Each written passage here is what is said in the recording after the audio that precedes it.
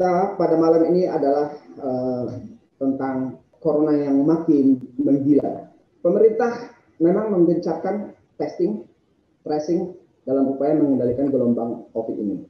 Ini akibat pada angka kasus harian terus memecahkan rekor. Bisa dipahami kenapa pemerintah bingung. Di satu sisi kita lihat PPKM darurat sudah berlangsung 2 minggu, tapi angka kasus harian dan juga angka kematian masih terus naik. Sampai kapan Indonesia seperti ini?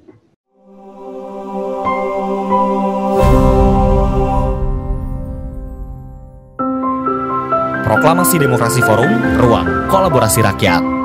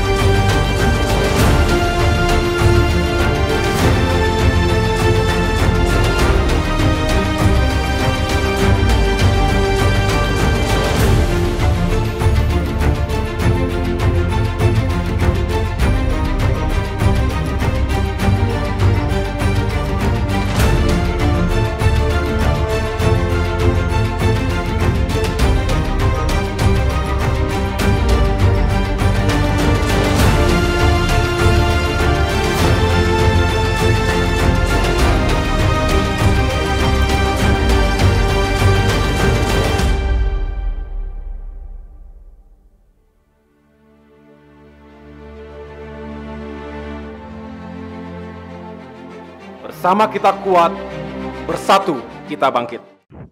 Bismillahirrahmanirrahim. Assalamualaikum warahmatullahi wabarakatuh. Waalaikumsalam warahmatullahi wabarakatuh. Selamat malam kepada para panelis dan partisipan PDF pada malam hari ini. Balitbang DPP Partai Demokrat kembali mengadakan PDF atau Proklamasi Demokrasi Forum yang merupakan brand name acara diskusinya Balitbang. Saat ini sudah kita melakukan diskusi yang ke-16. Topik kita pada malam ini adalah tentang corona yang makin menggila.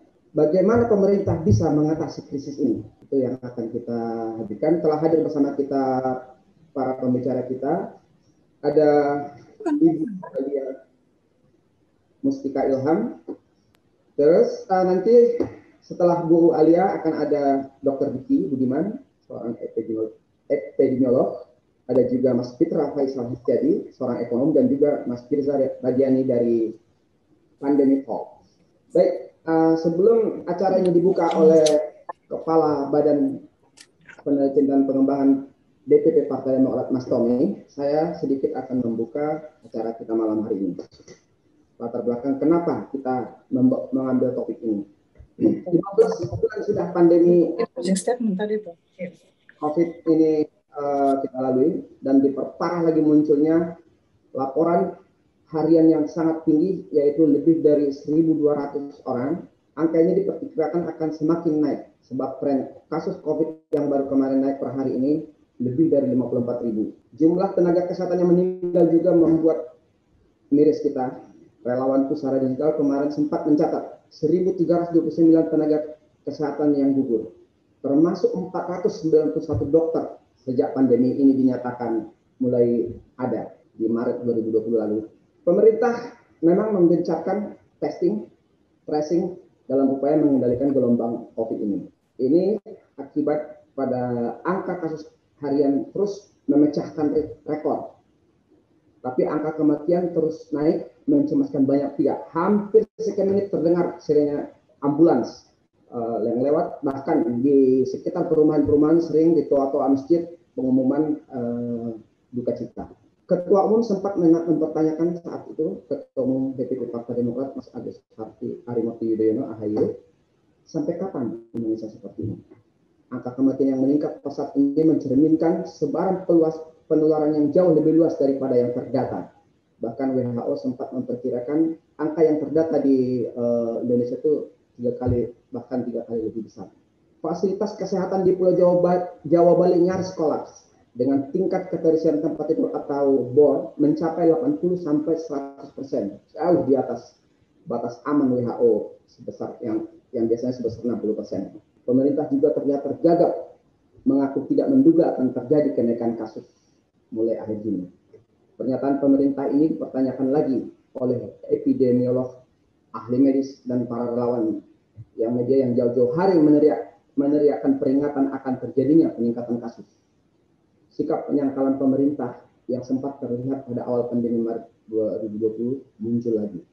Kemenkes sempat menolak anggapan fasilitas kesehatan kolaps, tapi menyebutnya over capacity. Kemenparekraf mengatakan yang terjadi bukan kelangkaan oksigen, tetapi keterbatasan. Staf Menteri Keuangan ketika ditanya soal tagihan triliunan dari rumah sakit yang mengeluh yang belum dibayar oleh pemerintah, menyatakan itu bukan utang, tetapi pembayaran yang belum diverifikasi. Bahkan ketika Rumah Sakit Umum Sarjito Jogja kehabisan oksigen, dan dalam sehari semalam 63 pasien meninggal pada insiden 3 hingga 4 Juli yang lalu. Belakangan terungkap, sebelum krisis oksigen ini, pemerintah masih sempat mengirim 3.400 tabung oksigen ke India pada awal Mei dan akhir Juni. Saat krisis di sana sudah mulai berlalu, padahal kejadian itu sudah mulai turun di India. Di saat negara kita, rakyat kita membutuhkan tabung oksigen, ketersediaan itu tidak bisa dipenuhi. Sudah 15 tahun Satgas COVID juga dan pemulihan ekonomi nasional bertugas, tapi krisis kesehatan dan ekonomi belum ada tanda-tanda usai. Pada saat negara-negara lain sudah berhasil memvaksinasi sebagian besar penduduknya dan kembali menggenjot perekonomian negaranya masing-masing, perlukah kita meminta Satgas ini dia apa yang bisa kita berikan? Bagaimana elemen-elemen masyarakat sipil termasuk partai politik dan pemerintah bila ikut turun membantu memberi solusi yang konkret? Perlu kita ketahui juga memang hari ini ada penurunan angka kematian katanya, tetapi angka kasus COVID-19 hari ini tetapi diikuti juga dengan penurunan jumlah tes. Ya, boleh dibilang sama aja bohong. Baik, sebelum kita mulai ke pembicara pertama dengan Ibu Alia, kita akan dengarkan dulu keynote speaker kita, yaitu Kepala Balitbank Mas Tommy memberikan opening speech. Silakan Mas Tommy. Terima kasih Bang Yan. Selamat malam, Assalamualaikum warahmatullahi wabarakatuh. Ibu Alia Mustika yang saya hormati, kemudian Dr. Diki Budiman dari Griffith University Australia, kemudian ada Mas Firza Radiani, kawan saya, kemudian juga ada kawan saya satu lagi, Dr. Fitra, ekonom yang juga bergabung pada malam ini. Terima kasih sudah berkenan untuk memenuhi undangan kami untuk bicara dalam proklamasi Demokrasi Forum yang ke-16 ya pada malam ini. Sengaja kami lakukan pada malam ini karena pada hari-hari ini kita sebenarnya menanti evaluasi dari pelaksanaan PPKM darurat yang sudah dimulai sejak tanggal 3 Juli lalu. Harusnya tanggal 17 kemarin sudah selesai. Kita sempat mendengar akan diperpanjang, sudah sempat diposting di websitenya Humas Polri, tapi kemudian dicabut. Kemudian disampaikan lagi oleh Menko PMK bahwa akan diperpanjang sampai akhir Juli, tapi kemudian dipending lagi. terakhir kita dengar masih akan dipertimbangkan dalam waktu 2-3 hari lagi. Jadi masih ada, kalau saya menangkapnya, semacam kebingungan dari pemerintah apakah PPKM-nya akan dilanjutkan atau tidak gitu. Kalau kita mencoba berempati, sebenarnya bisa dipahami kenapa pemerintah bingung. Di satu sisi kita lihat PPKM darurat sudah berlangsung 2 minggu, tapi angka kasus harian dan juga angka kematian masih terus naik. Kita sudah tembus 56.000, mungkin tembus 60.000 dalam waktu sebentar lagi. Tapi yang mengerikan menurut saya adalah angka kematian yang juga sekarang ada di kisaran 1.000 orang per hari.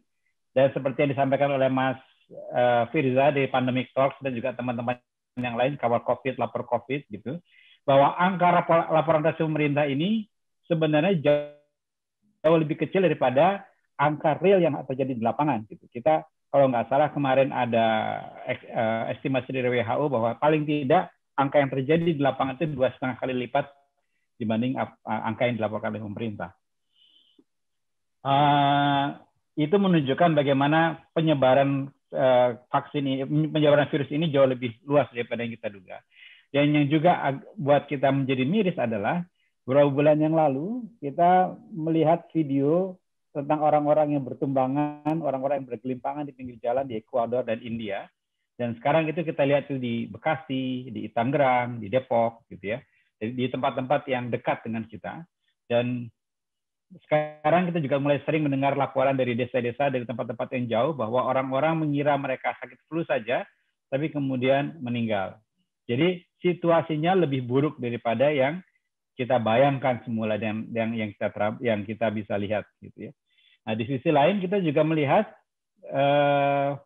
masyarakat sudah mulai lelah, karena lelah itu kemudian menjadi marah, dan kita sudah melihat bagaimana muncul flashpoint, titik-titik konflik kecil-kecil di sana sini yang masih sporadis, tapi frekuensinya makin lama makin sering, gitu.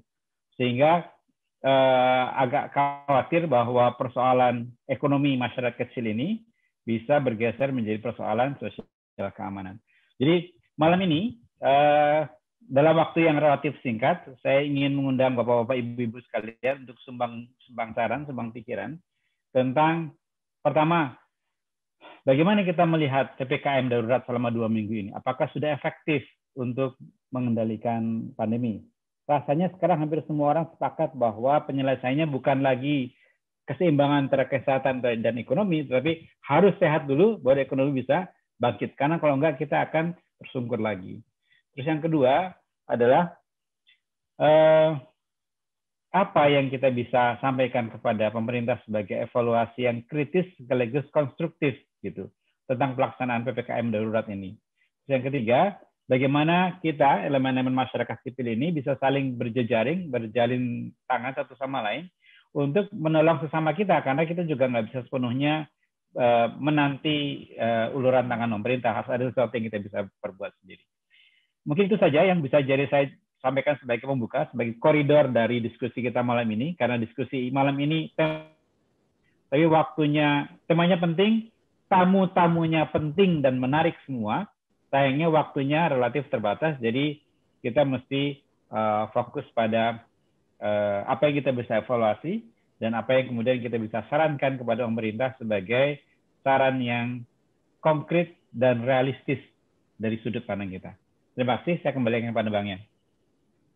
Terima kasih Mas Tommy. Baik, para panelis dan partisipan yang semua yang hadir malam ini, kita akan lanjutkan acara kita kepada pembicara berikutnya.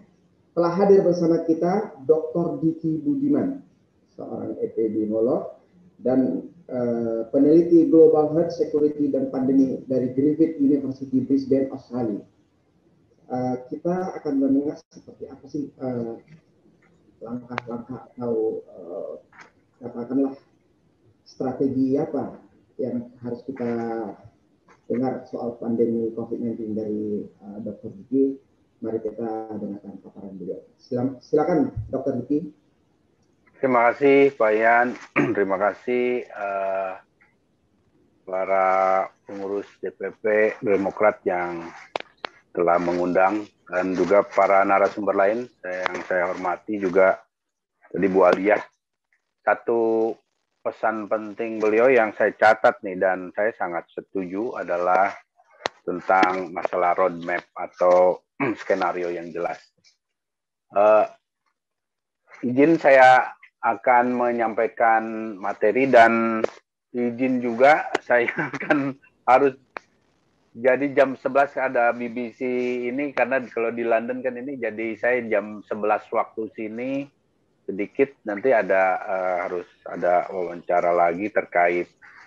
Jadi saya sebetulnya tidak hanya untuk Indonesia Pak Yan saat ini memberikan masukan tapi ASEAN dan juga termasuk tentu Australia sendiri. Jadi mewakili institusi saya. Satu hal yang ingin sekali nanti saya akan share di sini adalah juga melalui DPP Demokrat adalah bagaimana strategi perbaikan pandemi kita. Ya, slide selanjutnya, nah saya sudah kirim ke operator di Jakarta. Ya, slide boleh tampil slide-nya Pak Muslim atau Basit? Muslim, tolong slide-nya Dr. Diki. Tadi sudah muncul. Baik, sambil menunggu tampilan. Jadi sebetulnya para ahli termasuk saya pada awal Maret 2020 lalu sudah menyampaikan banyak pengingat lah ya. Dan salah satu yang sangat penting sekali diketahui bahwa ini adalah bukan pertama kali kita menghadapi wabah ya. Walaupun memang sebesar ini mungkin 100 tahun lalu ya, tapi dalam skala yang di bawahnya itu juga sudah dialami. Ya kebetulan saja nih Pak Yan dalam masa Pak SBY, saya itu di pemerintahan Pak Yan. Jadi zaman Pak SBY saya adalah kepala kerjasama bilateral kesehatan, kemudian saya di MDGs juga ya di Bappenas. Iya, ya di Kemenkes saya lama di Kemenkes. Kemudian ya artinya ketika zaman Pak SBY ada wabah ada. Ya, Pak SBY itu kan mengalami ya namanya SARS akhir itu masih di zaman SARS akan berakhir, Pak SBY baru mulai gitu. Nah jadi dan saya sudah di Kementerian Kesehatan di Direktur Jenderal P2PL dan ya ini bukan saya ini ya, tapi ini menunjukkan bahwa Indonesia bukanlah pertama kali mengalami wabah. Jadi waktu awal sedikit saja saya cerita, waktu awal pemerintahan Pak SBY itu SARS kita dihadapi itu tidak punya kapasitas kita untuk melakukan testing. Nggak punya, Pak. Kita harus kirim ke CDC Atlanta. Nah, di masa beliau, dan saya kan di Direktur P2APL, kemudian saya pindah ke Biro Perencanaan Anggaran, ada arahan untuk memperkuat sistem kesehatan kita. Salah satu sistem laboratorium. Nah, di bawah beliau juga ketika ada flu burung kan, ada swine flu ya dengan zaman Bu Fadila, ya kita sudah bisa memeriksa itu. Dan artinya kapasitas laboratorium kita jadi sudah bisa tuh mendeteksi virus, genome sequencing sudah bisa tuh ketika itu. Nah, inilah yang kenapa ya siapapun pemimpinnya saat ini saya sampaikan bahwa memang harus berbasis sistem kesehatan respon itu. Karena sistem kesehatan itu akan belajar dan itu yang akan membawa modal untuk respon pandemi berikutnya. Ya, lanjut saja kita. Jadi tadi ada ini hanya tadi pengantar saya bahwa kita ya sejarah ini berulang ya, sejarah berulang. Nah, di sini mudah-mudahan buku saya tentang pandemi tidak lama lagi keluar ya. Ini lebih buku teks ya, lebih untuk karena memang di dunia ini terbatas buku tentang pandemi. Nah, pandemi adalah krisis kesehatan masyarakat. Ada 3 hal yang ditekankan di sini. Ada satu adalah krisis, kedua kesehatan, dan ketiga ke masyarakat. Kalau namanya krisis, itu responnya nggak bisa biasa saja. Nggak bisa business as usual. Jadi situasinya memang harus seperti itu. Kedua, kesehatan. Kesehatan ya fokusnya harus pada kesehatan. dan nggak bisa kepada yang lain. Dan semua kebijakan itu harus mendasarkan pada dukungan pada aspek kesehatan. Ini yang pemahaman yang standar ini harus dipahami oleh baik pengambil kebijakan maupun masyarakat. Dan terakhir ada masyarakat. Masyarakat ini artinya sebagus apapun ya peran ataupun strategi yang dibuat, itu kalau nggak ada dukungan masyarakat, tidak menjadikan masyarakat sebagai subjek, itu nggak akan berhasil. Nah, definisi ini amat sangat penting, dan itulah sebabnya dalam segala sesuatu pemahaman yang sama dari setiap pihak ini menjadi sangat penting. Dan itulah sebabnya saat ini pun masalah COVID-19 sebagai penyakit ditularkan oleh udara, aerosol, itu belum disepakati secara global definisinya. Saya salah satu yang diminta masukan oleh WHO pusat untuk memberikan masukan pada dunia ini definisinya seperti apa. Tidak, dari Indonesia ada dua, saya dan Pak Nyoman Kandun, epidemiolog senior kita yang juga mantan dirjen P2PL waktu zaman Pak SBY.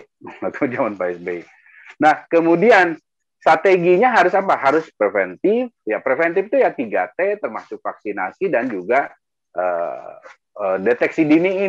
Ini yang kenapa dipisahkan, ada selain preventif ada deteksi dini.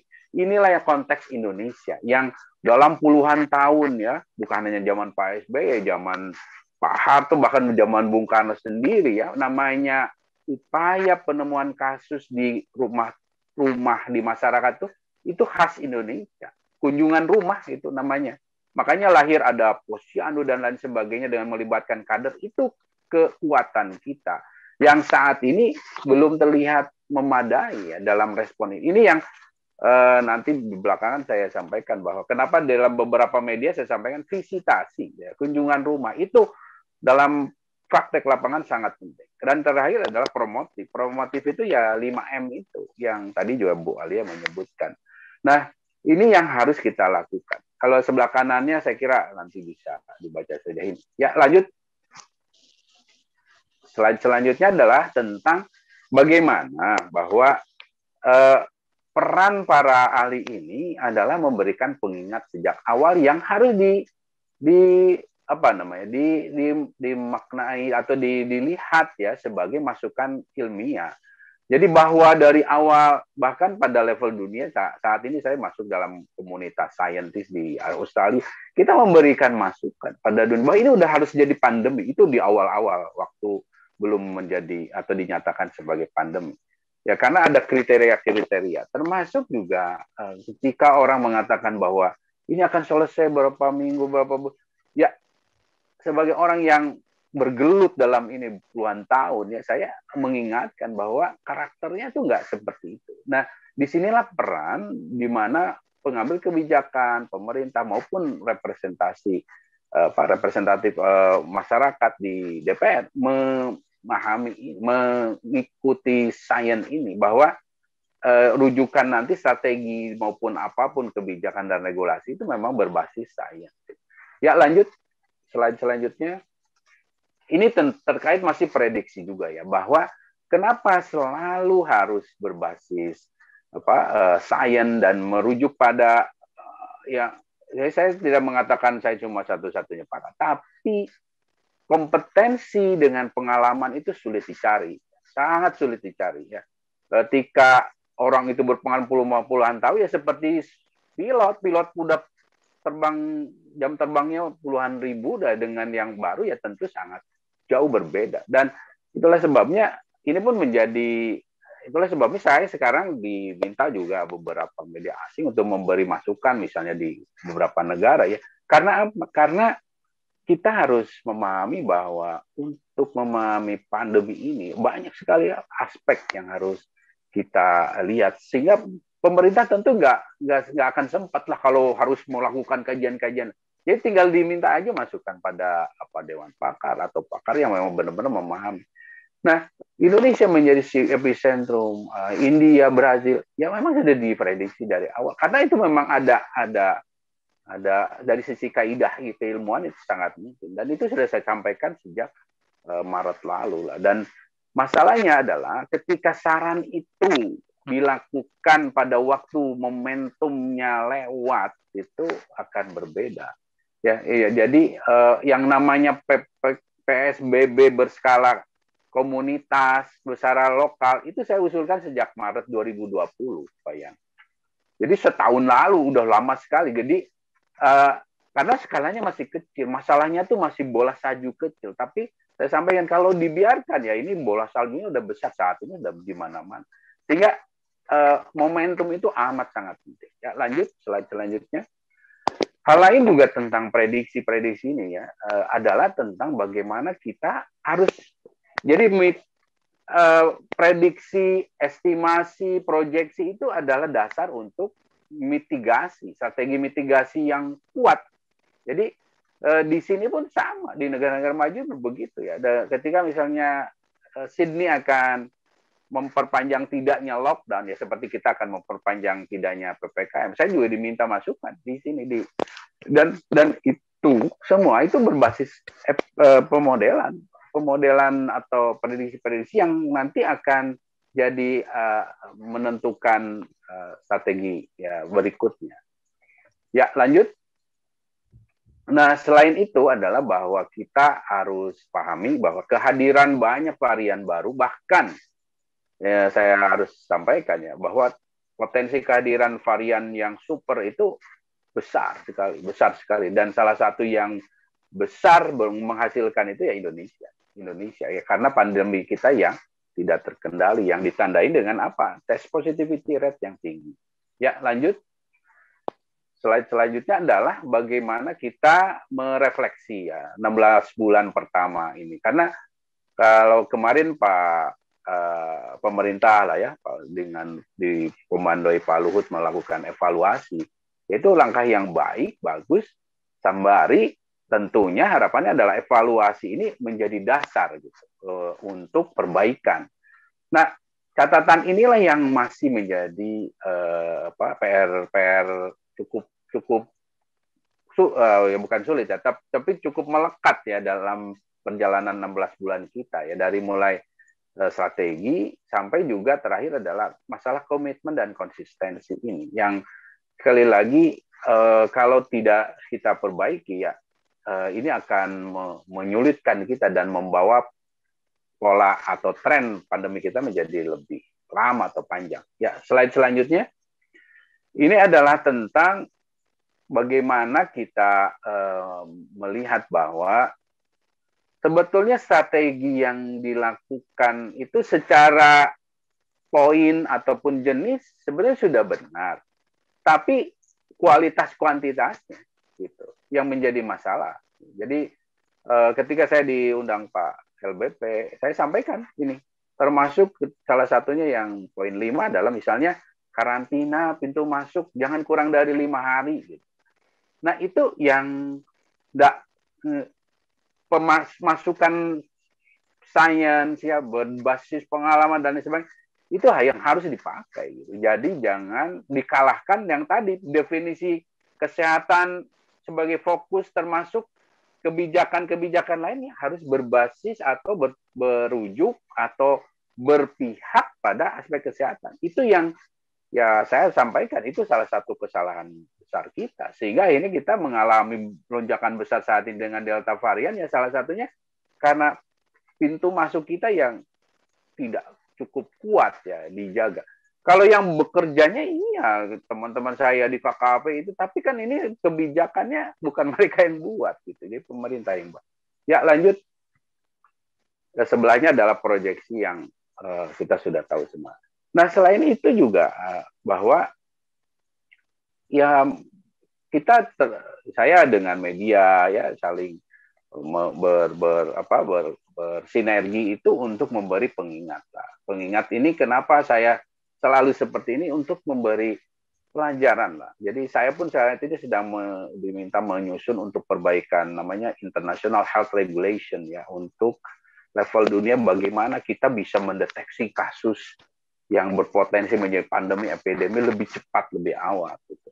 Nah salah satu yang menjadi catatan dari tidak hanya di Indonesia dari banyak negara yang belum berhasil itu adalah pengabaian terhadap sains. pengabaian terhadap sains yang tidak selalu strategi yang disusun atau dikeluarkan itu merujuk pada sains terkini, dan itu yang akhirnya membawa perburukan.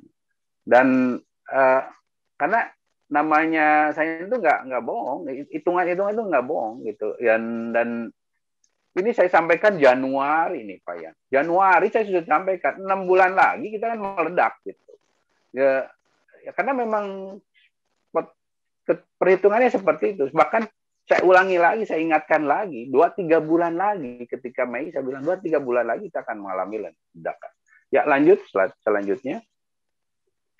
Ini sebagai contoh ya akibat ya kita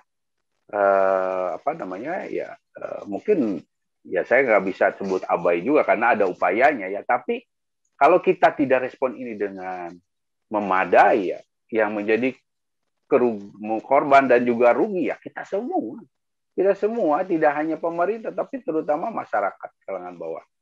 Dan ini sesuatu yang di awal-awal banyak orang menyangkal nggak mungkin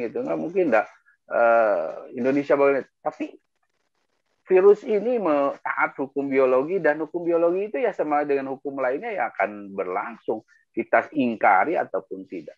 Ya lanjut, belum lagi kalau kita lihat angka kematian. Angka kematian kita saat ini, website Pemda itu relatif stabil lah. Dalam 1 mingguan lebih ini di atas 1.000 kematian. Kalau di atas 1.000, itu 3 minggu lalu, angka kasus infeksi kita itu udah lebih dari 120.000. Jadi sekarang itu bukan 40-50, bukan, tapi di atas 100.000 gitu angka infeksi kita ini.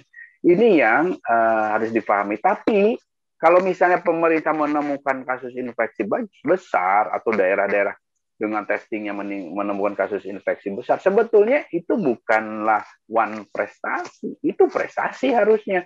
Karena dengan menemukan kasus infeksi besar, kita bisa mencegah dengan cepat apa ya, artinya potensi penularan lebih lanjut, termasuk beban ke fasilitas kesehatan dan terutama kematian, karena orang-orang yang berisiko jadi cepat ditemukan dan diberikan dukungan rawatan.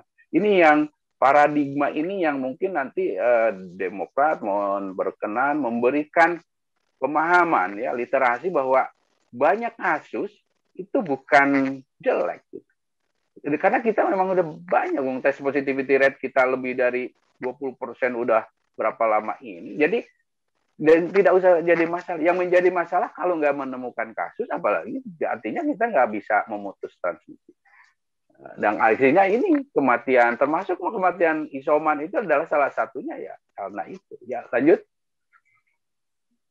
Soalnya sedikit lagi. Nah inilah yang terjadi ya, itu yang garis itu yang dalam prediksi saya. Jadi maksudnya kalau mungkin pemerintah melaporkan sekarang misalnya turun dan wah ini bagus, ya tidak begitu. Sebenarnya dalam pemodelan nggak seperti itu dalam analisa, karena tes positivity rate yang tinggi kemudian kasus menurun ya, yang harus dirujuk tes positivity rate-nya gitu. Kasus hariannya yang harus kita lihat lagi ada apa. Apalagi kalau bicara Indonesia ya, slide selanjutnya saya akan perlihatkan misalnya arti penting dari tes positivity rate. Karena dengan angka saat ini tes positivity rate di PCR itu saya lupa tuh, karena target juga 47%-an ya, itu yang saya lihat di kawal COVID. Itu luar biasa ya. Kalau misalnya tes positivity rate pada PCR itu tinggi, ya, berarti kita ini memang memiliki kasus infeksi di masyarakat tinggi sekali. Karena apa? Kalau PCR itu adalah tes konfirmasi umum. Orang sudah bergejala atau yang tadi sudah dibawa dilakukan rapid test antigen. Nah, artinya kalau itu tinggi, di bawahnya itu bisa berkali-kali lebih tinggi. Gitu. Ini sesuatu yang berbahaya.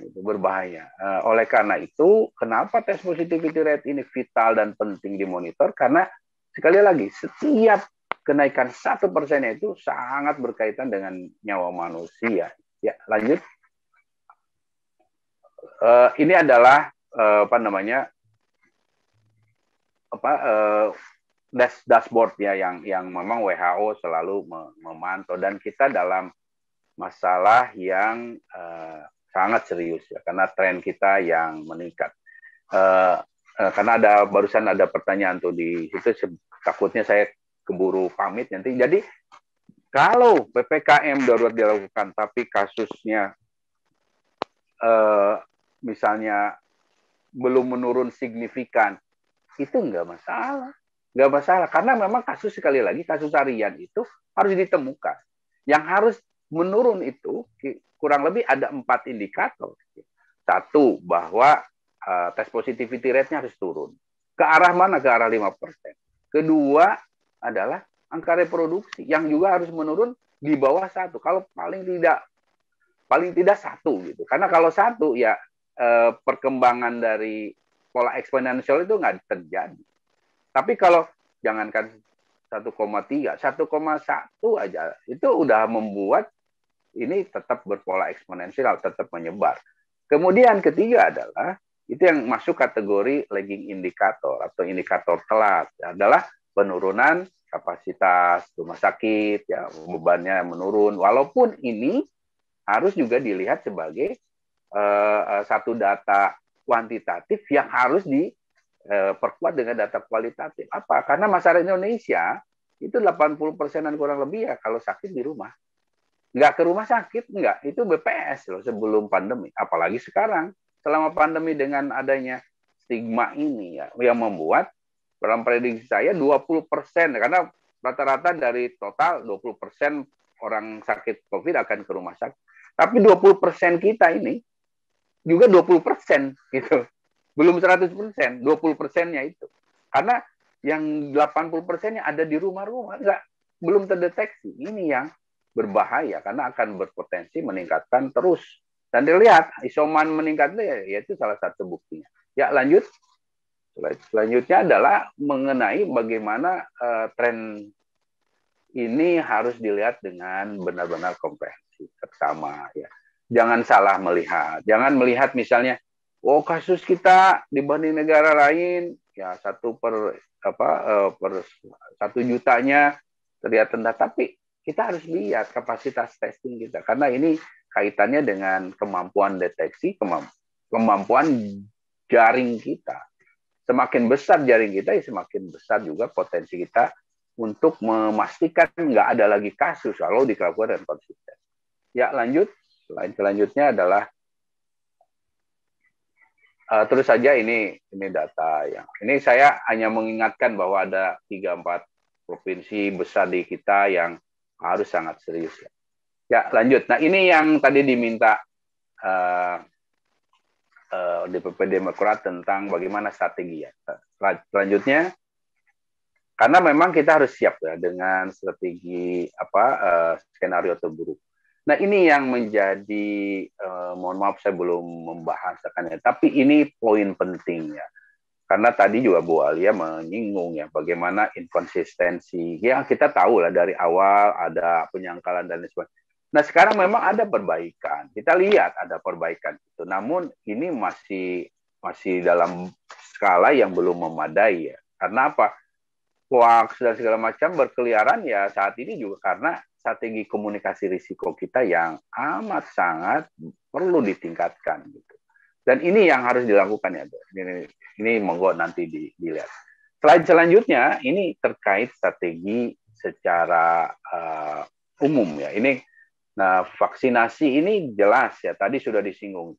Dari sejak awal saya sudah ingatkan, namanya vaksinasi itu adalah hak semua penduduk dan ya tidak boleh kalau sampai berbayar. Karena ya bagaimana kita akan mengendalikan situasi darurat kalau strategi setelah situasi aman gitu. Nah, ini yang tentu salah kaprah. Nah, alhamdulillah pemerintah cepat merespon ini dan ya ini bisa kita lakukan dengan sesuai prinsip dari strategi public health dalam program vaksinasi yang tentu masih harus banyak juga kita perbaiki. Ya, selanjutnya, nah ini yang menjadi ini keseluruhan dari strategi ya. Ini slide terakhir saya, insya Allah adalah bagaimana bahwa sebetulnya dalam ini slide ini udah saya buat di akhir Maret 2020.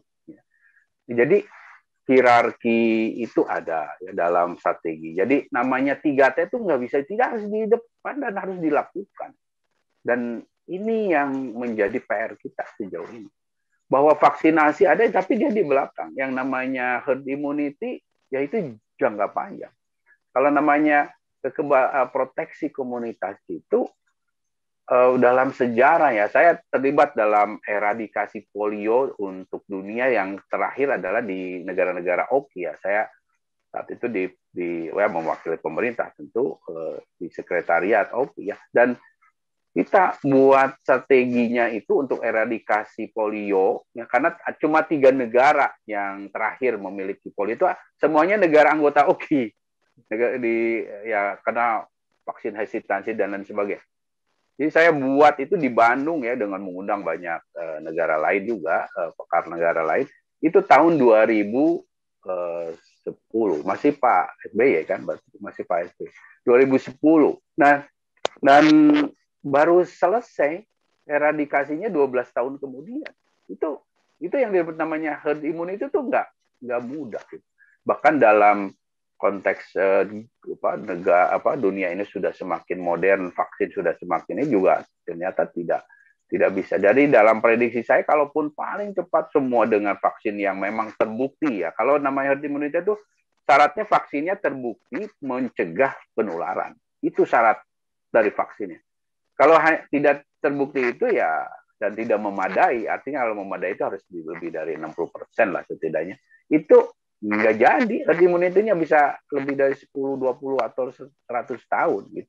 Nah, ini yang harus kita arahkan ya. Jadi kalau bertanya kapan Indonesia bisa mengalami kehidupan yang memadai, ya salah satunya adalah kalau kita sudah menciptakan satu itu vaksinasi ya, dengan ada kekebalan di proteksi di individu itu, termasuk mengendalikan pandeminya. Yang tadi strategi preventif dengan cara apa ya, 3T itu termasuk mengurangi potensinya dengan promotif tadi yang 5M. Nah itu yang akan membawa setidaknya kalau konsisten ya awal tahun depan atau pertengahan tahun depan kita sudah masuk dalam fase kedua ya. Kebetulan Pak Yan, saya juga menyusun diminta menyusun tentang recovery Indonesia ini yang akan diberikan melalui nanti Bappenas. Nah, jadi tahapan ini yang memang artinya saya setuju sekali tadi yang saya sampaikan Bu Alia, roadmap ini harus dipahami oleh semua. Jadi kalau negara-negara maju tahapan-tahapannya jelas. Jadi semua orang tahu, oh kita di sini masih di sini nih. Kita perlu peran ini, ada peran institusi ini, ada masyarakat untuk supaya kita masuk ke tahap berikutnya. Jadi demikian dari saya dan tentu pesan terakhirnya adalah bahwa semua kita ini berperan penting dan tentu salah satunya ya dengan melalui pertemuan malam ini mudah-mudahan DPP dan Partai Demokrat juga bisa memberikan masukan yang sangat bermanfaat dan jelas gitu pada pemerintah. Mohon maaf bila ada yang kurang berkenan, saya kembalikan ke Pak Yan dan mohon maaf sekali saya ini sudah dikontak, jadi saya izin Pak Yan. Baik, para partisipan Proklamasi Demokrasi Forum, telah kita dengarkan sama-sama paparan dari Dr. Diki, seorang epidemiolog dari Deakin University Australia, Brisbane. Beliau yang paling saya dengar catat tadi dari paparannya adalah soal warning beliau jauh-jauh hari terhadap kondisi ini. 3 bulan sebelumnya beliau juga sempat menyatakan sebagai epidemiolog dia mengatakan bahwa ledakan akan terjadi 3 bulan ke depan. Tapi ya tahu sendiri di negara kita ini sering terjadi suara-suara epidemiolog itu justru diredam dengan para buzzer, dikatakan seolah-olah ada masalah, ujung-ujungnya terjadi ledakan, bahkan kasus infeksi setiap hari naik. Jikapun ada penurunan hari ini katanya karena terjadi penurunan tes juga. Jadi beliau juga tadi menyampaikan bukan suatu hal yang buruk jika kita melakukan tes dan dapat terjadi ledakan. Justru itu akan menjadi antisipasi oleh pemerintah. Tidak perlu takut sebenarnya jika ada kenaikan itu. Jadi cuman yang kita lihat seolah-olah tesnya itu diturunkan supaya jumlahnya menurun. Padahal itu suatu hal yang salah menurut dokter kita. Itu yang saya tangkap. Baik, berikutnya kita akan masuk ke sesi tanya jawab. Sedikit saja ini kita akan berburu banyak sekali sebenarnya pertanyaan dari partisipan kita ini. Pertama untuk Mas Firza, terkait adanya isu koordinasi vertikal pusat daerah yang sebelumnya disampaikan, menurut Pandari Talks, apa jalan keluarnya? Apakah perlu dilakukan perubahan kelembagaan yang ada saat ini, atau haruskah Presiden langsung yang memimpin tim pengendalian COVID ini? Begitu Mas Firza, pertanyaan daripada partisipan kita. Ya Pak Ian, coba saya jawab ya. Ya. Secara realita ya, sebenarnya ini bukan rocket science sih jawabannya. Itu tuh kayak apa ya? Idealnya di lembaga-lembaga di korporasi-korporasi yang sudah saya pernah kerja sebelumnya, ya di setiap meeting itu kan harusnya dibahas tentang anggaran ya. Itu sih. Lalu setiap ini udah bukan ini nggak butuh leadership yang luar biasa sih. Ini kayak mimpin weekly meeting rapat Pak RT. Apa maksudnya bulan lalu minggu lalu ada apa notulennya ya sudah selesai belum gitu. Sesimpel itu kan. Lalu gimana anggaran komplek kita gitu. Ini selesai di komplek saya. Mau membangun lapangan atau benerin jalan gitu kan. Lah kok udah wah ternyata di anggaran kita udah ada 2 miliar nih, udah 2 tahun nggak pernah diserap gitu. Padahal kita kemarin baru ngomong ke warga kalau apa namanya kita lagi nggak punya duit, ternyata duitnya banyak kita ya itu. Jadi ini hal yang sederhana, simple, jawabannya simple. Kita butuh leadership buy-in gitu. Di dalam organisasi, terapan ilmu organisasi, mau organisasi kayak pasti SMA, organisasi pramuka, OSIS dan sebagainya. Ketika ada suatu mata rantai yang bundet, kusut, ya itu butuh eskalasi, Pak Ian.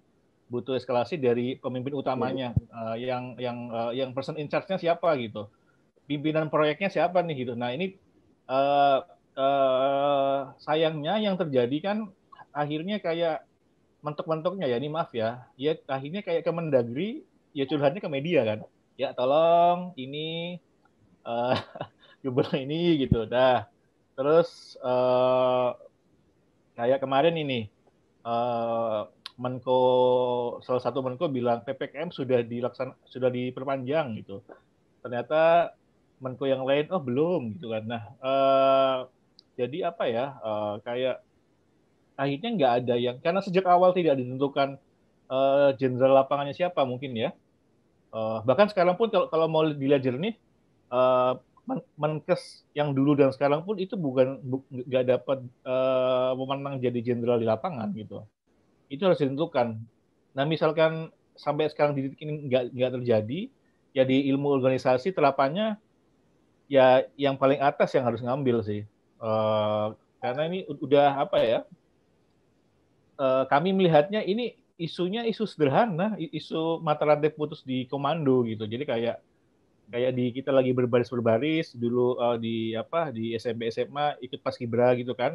Ya ada satu yang melenceng ya ditegur. Yang negur siapa? Yang berwenang, yang punya pemilik kebijakan, yang punya kuasa gitu. Jangan dibiarkan si anak-anaknya, dalam hal ini menteri-menteri dan pemimpin daerah, ya gerak sakarepe dewe gitu. Dan saya rasa kalau kita kerja dimanapun pasti ada KPI-nya sih. masa nggak dikontrol. Itu yang saya sampai sekarang merasa aneh. Nggak dikontrol, misalkan kamu kerjanya apa gitu, atau enggak anggaran yang saya kasih kamu awal tahun sudah terserap belum? Masa itu nggak dikontrol. Jadi uh, tetap leadership buy-in. Kalau bisa ya entah Pak Presiden atau siapapun ya ditentukan siapa yang bertanggung jawab ini gitu. Yang apa namanya, yang in charge, yang jadi kapten, kayak main bola itu yang jadi kapten siapa nih gitu. Jangan lo deh gitu. Loh bukannya lo yang harusnya nyerang ya, lo yang harusnya bertahan ya. Nah ini yang nggak terjadi orkestranya ini. Demikian Pak Yan. Seperti Baik. kemarin Bukayo Saka umur 19 tahun harus Nah, menang itu kan penendang juga penalti penentu Inggris ya. Padahal masih ada Raheem Sterling. Iya, ya iya, betul. Magic Release gitu atau Stone gitu kan ya. Ya Iya. itulah. Baik. Ini sebenarnya banyak beberapa pertanyaan terkait vaksin juga. Mungkin saya hanya pilih saja beberapa pertanyaan yang masih relevan ya, karena dua pembicara kita kebetulan sudah duluan karena ada keperluan lain dan satu lagi sedang kurang enak badan. Ini tentang vaksin. Oke, kita masuk ke ada dari Harlan katanya. Ini katanya ada hantu yang menghantui pemerintah jika ekonomi maka makanya pemerintah mengambil strategi bercabang antara kesehatan dan ekonomi. Nah, ini benar nih kata saudara Harlan ini. Jadi padahal kejatuhan pemerintah lebih karena banyaknya korban jiwa. Karena keselamatan rakyat adalah hukum tertinggi atau konstitusi dasar. Gimana Mas Fitra ini menanggapi ini? Ini sesuai dengan yang kita bahas tadi. Ya, jadi sekali lagi ya, saya sebenarnya kalau dari sisi school of thought, kita sebagai ekonom ya, dan bahkan waktu itu ada beberapa survei pada para ekonom di regional ya, ada yang saya lihat dari Australia, ada yang dari ASEAN dan seterusnya. Ketika kemudian disurvei, kita melihat bahwa ya pandemi ini adalah masalah yang serius dan bukan trade off dengan masalah ekonomi. Karena kalau kita bicara mengenai variabel-variabel ekonomi ya, untuk kemudian mencapai pertumbuhan ekonomi ada tidak-tidaknya dua faktor atau dua faktor produksi, manusia dan juga modal. Nah, sekarang yang sedang mendapatkan rintangan terbesar adalah manusianya. Mereka kehilangan produktivitas, mereka kehilangan kesehatan dan seterusnya. Nah, ini adalah variabel ekonomi yang kemudian harus dituntaskan ya untuk kemudian menggenjot kembali perekonomian kita. Gitu. Jadi ini bukan trade off. Ini adalah suatu hal yang memang harus dikerjakan. Ya kalau misalnya ada satu yang berpandangan seperti itu, ya saya pinjam saja pernyataan Krugman. Itu adalah orang-orang yang bengkok, adalah mungkin ekonomi-ekonomi yang tidak serius baca buku. Gitu ya. Baik. Baik. Mas Fitra, mudah-mudahan bisa menjawab saudara Harlan. Berikutnya mungkin ke Mas Tommy aja nih. Pertanyaannya Mas ya. Jika keselamatan rakyat adalah hukum tertinggi, maka Jokowi sudah gagal menyelamatkan rakyat. Dasar kebijakan tidak memadai karena ini sudah bencana nasional. Kita melihat Jokowi dan pembantunya tidak mampu dalam menghadapi COVID. Juga tidak mampu menggalang solidaritas nasional. Gimana Mas Tommy memandang pernyataan tersebut? Terima kasih Bang Yan. Bang Yan, kita lihat negara tetangga ya Bang Yan. Kita lihat waktu Amerika Serikat bagaimana COVID itu begitu tinggi pada masa Trump, dan kemudian ketika terjadi pemilu, Trump diganti Biden, dan Biden waktu 6 bulan sudah bisa mendeklarasikan kemenangan COVID, kemenangan atas COVID.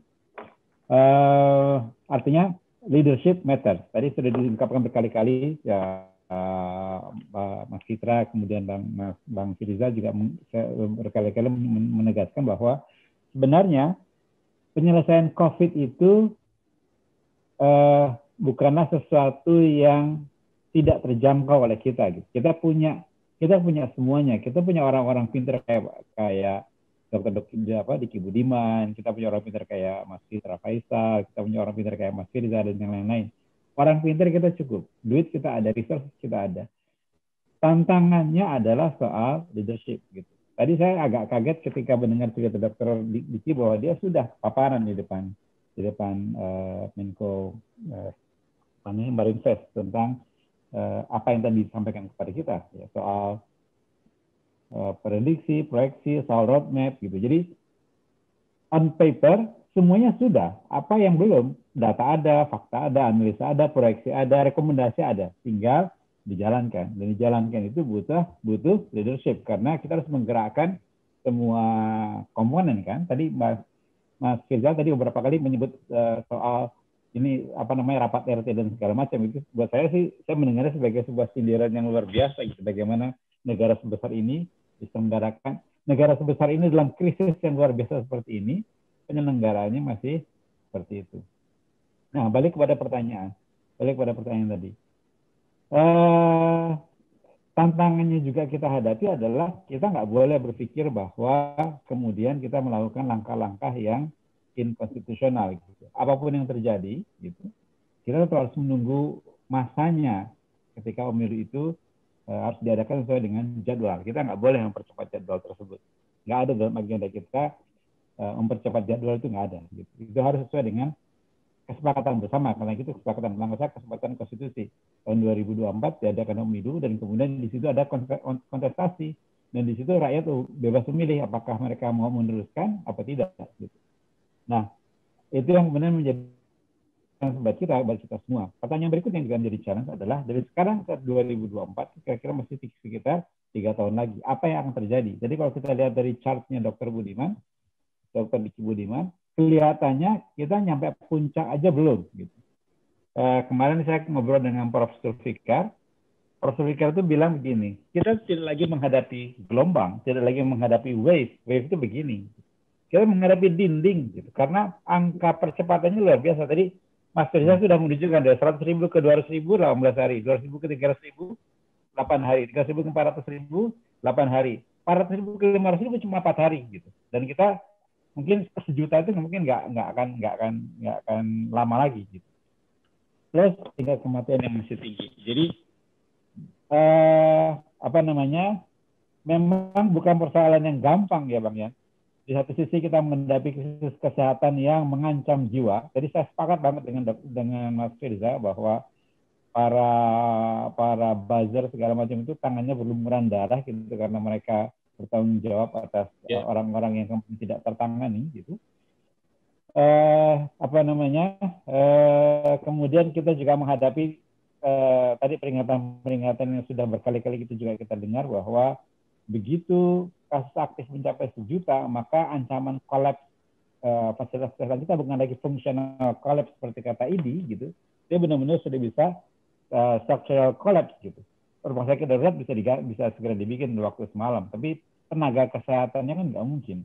Sekarang lagi diupayakan supaya mahasiswa akhir atau mereka yang sudah menembus ujian bisa segera diturunkan gitu. Tapi juga tidak semudah itu menggantikan 500-an lebih dokter, 1.200 tenaga kesehatan yang sudah gugur bersama dengan pengalaman mereka.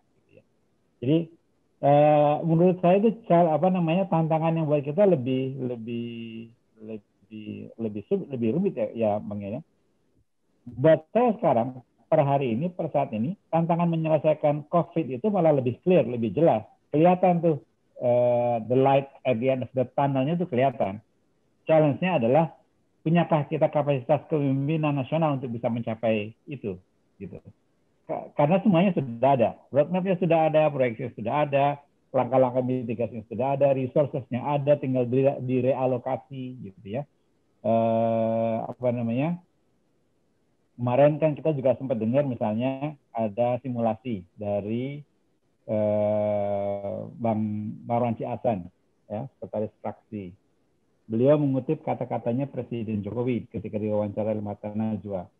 Presiden waktu itu memperkirakan bahwa untuk lockdown seluruh bangsa Indonesia selama 2 minggu itu butuh dana sekitar 281 triliun gitu. Pertanyaannya apakah dana itu ada? Nah ternyata Bang Marwan menunjukkan masih ada silpa yang jumlahnya hampir 300 triliun. Masih ada alokasi anggaran infrastruktur yang jumlahnya 400 triliun, 700 triliun. Artinya hampir 3 kali kebutuhan yang dibutuhkan untuk bisa lockdown selama 2 minggu dan menghidupi rakyat selama mereka lockdown gitu. Sehingga kemudian kita benar-benar bisa memutus rantai ini. Pertanyaannya, itu adalah opsi-opsi yang sudah ada di depan mata, tinggal diambil keputusannya. Nah, pertanyaannya, siapa yang mengambil keputusan? Seberapa berani pengambil keputusan itu mengambil keputusan seperti itu gitu. Jadi itu Bang Yan. Kalau penyelesaian COVID buat saya clear sebenarnya. Challenge-nya bukan apa-apa lagi. Challenge-nya bukan ilmu, challenge-nya bukan teknologi, challenge-nya bukan resources, challenge-nya adalah leadership, clear leadership. Nah, pertanyaannya Bang Yan itu lebih rumit lagi. Jadi sekarang kira-kira 3 tahun lagi, bangsa ini mesti bertahan seperti apa? Gitu. Sampai kemudian kita punya kesempatan untuk melakukan kontestasi kepemimpinan lagi. Yang jelas, nggak ada bayangan, nggak ada agenda, nggak ada rencana untuk mempercepat itu, Bang. Betapapun sulit situasinya, kita harus setia pada jadwal konstitusi. Jawaban saya seperti itu, Bang. Baik, terima kasih Mas Tommy atas jawabannya. Kepada teman-teman partisipan semuanya, beberapa pertanyaan sebenarnya diarahkan ke pembicara lain. Jadi mohon maaf, ada tadi Baron, Mas Ismail, Yevri sudah cukup mewakili saya rasa jawaban-jawaban dari 3 pembicara yang hadir malam ini. Ada tadi juga pertanyaan ke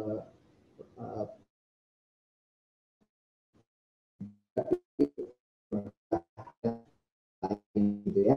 Jadi mohon maaf, waktu juga sudah cukup larut. Memang kita bicara COVID ini, apalagi memang sekarang lagi menyeramkan dan menakutkan sekali. Buat kita membahas ini sangat menarik ya. Bagaimana solusinya ke depan, apa yang kita harapkan, dan kebijakan-kebijakan apa nanti yang akan diambil oleh DPP Partai Demokrat untuk mengeluarkan statement dan sebagainya. Sebagai penutup, kita akan masuk ke closing statement. Mungkin langsung ke Mas Tommy dulu. Mas Tommy, langsung closing statement-nya, Mas. Terima kasih banyak. Sekali lagi saya mengucapkan terima kasih banyak atas insight, usulan, kemudian saran dari Bang Mas Firza, Mas Fitra, kemudian tadi Dr. Diki, Bu Alia, gitu ya. Saya ulangi saja bahwa buat saya makin lama makin clear bahwa it is a doable problem. COVID-19 pemulihan ekonomi itu doable, achievable, manageable problem, gitu ya. Asal kita punya kepemimpinan yang jelas, kepemimpinan yang clear, mau ngambil risiko untuk tidak populer, gitu, dan untuk bisa menyelamatkan rakyat. Ke depan yang mesti kita lakukan adalah kita harus mau nggak mau dalam keadaan situasi sulit apapun, walaupun kita rasanya kok kayaknya nggak ada masa depan yang cerah di depan kita ya, tapi ya dialog seperti ini, diskusi seperti ini, networking seperti ini harus tetap dijalin, harus tetap dirangkai bersama, sehingga pada saatnya kita bisa punya kekuatan kolaborasi bersama-sama gitu untuk bisa menyelamatkan bangsa ini, karena kalau bukan kita ya siapa lagi gitu. Mungkin itu yang bisa saya sampaikan Bang Yan pada saat ini. Yang jelas tidak ada agenda percepatan jadwal pemilu ya Bang Yan. Ini yang penting. Sesuai dengan jadwal konstitusi. Yang terpenting strong leadership ya. Oke, berikutnya mungkin ke Mas Firsa, silakan closing statement dari Mas Firsa. Ya, melengkapi dari yang tadi saya sampaikan, panelis-panelis dan closing statement dari Mas Tommy, saya ingin menggarisbawahi lagi bahwa sebaiknya sih pemerintah pusat, negara dan pemerintah daerah ya tetap mengutamakan warga ya. Kita udah mulai sering dengar ya terjadi kayak dua statement, dua kubu misalkan. Ya kalau orang yang punya duit ya prokes, kalau yang nggak punya duit ya saya lapar Pak, saya lapar gitu. Nah itu juga harus itu kaitannya erat sama tadi Mas Fitra dan Mas Tommy juga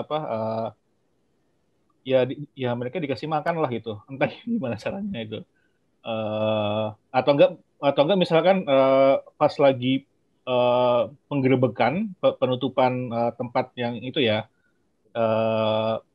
jangan didenda mahal gitu, misalkan didenda 5 juta gitu. Ada salah satu tokoh pejabat yang smart move ya, akhirnya dia yang memborong barang ya, paling enggak negara nggak muncul tapi pejabat-pejabat bisa muncul sebagai pahlawan gitu ya, jangan cuma dari organisasi sipil gitu atau individu-individu semacam Dokter Fitra contohnya ya. Lalu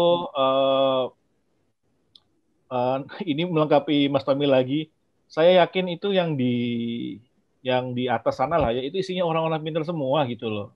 Harusnya sudah bisa, ini kemajuan, apresiasi juga sudah mau PPKM darurat, itu udah kayak mukjizat sih, saking ininya ya, saking rendahnya ekspektasi gitu. Kayak hari ini atau kemarin Pak Menko Maritim bilang minta maaf, itu kayaknya semua orang seneng gitu. Saking ininya apa?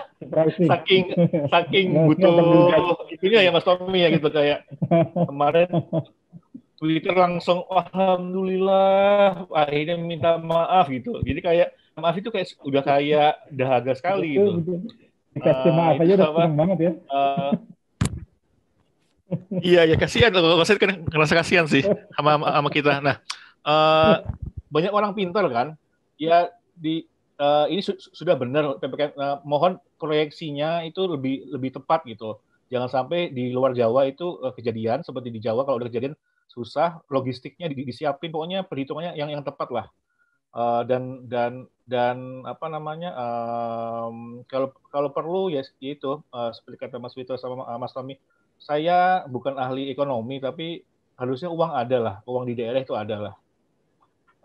Pikirkan rakyat kita bisa Zoom, tapi di satu momen banyak keluarga yang malam ini mikir besok kalau saya nggak kerja, keluarga saya makan apa besok gitu. Itu yang nggak pernah dipikirin, nggak jadi narasi di publik lah.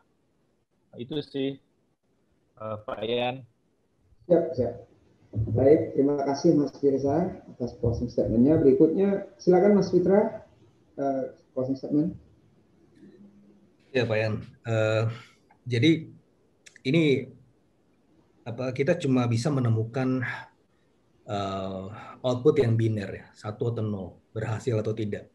Jadi this is a 50-50 chance gitu.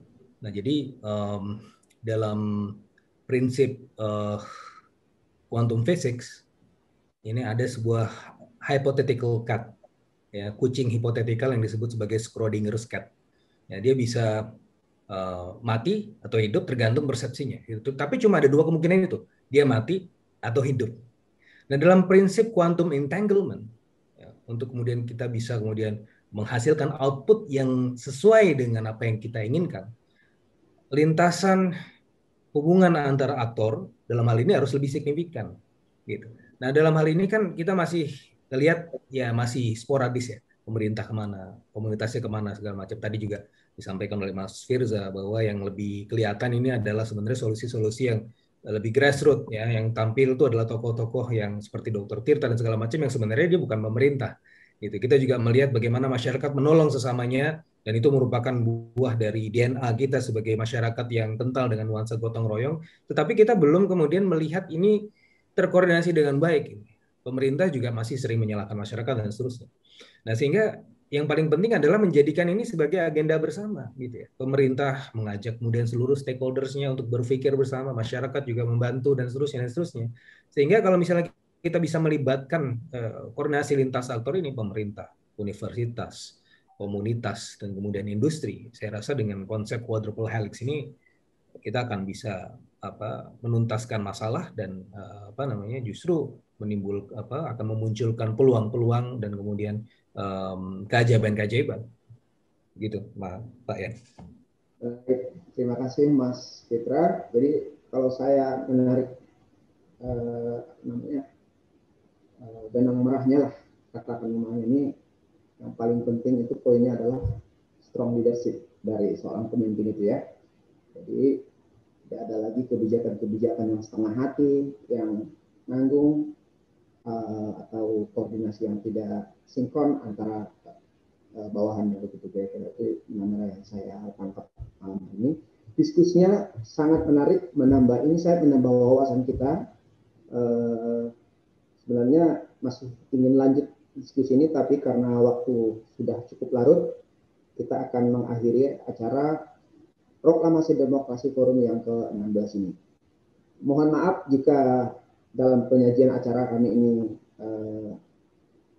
ada yang kurang, jika ada yang salah, mohon dimaafkan. Sekali lagi kami ucapkan terima kasih kepada para pembicara kami, Mas Fitra, Mas Firza, Mas Tommy, tadi Ibu Alia, dan Dr. Diki. Sekali lagi kami ucapkan terima kasih. Kami akhiri acara ini. Wabillahi taufiq wal hidayah. Assalamualaikum warahmatullahi wabarakatuh.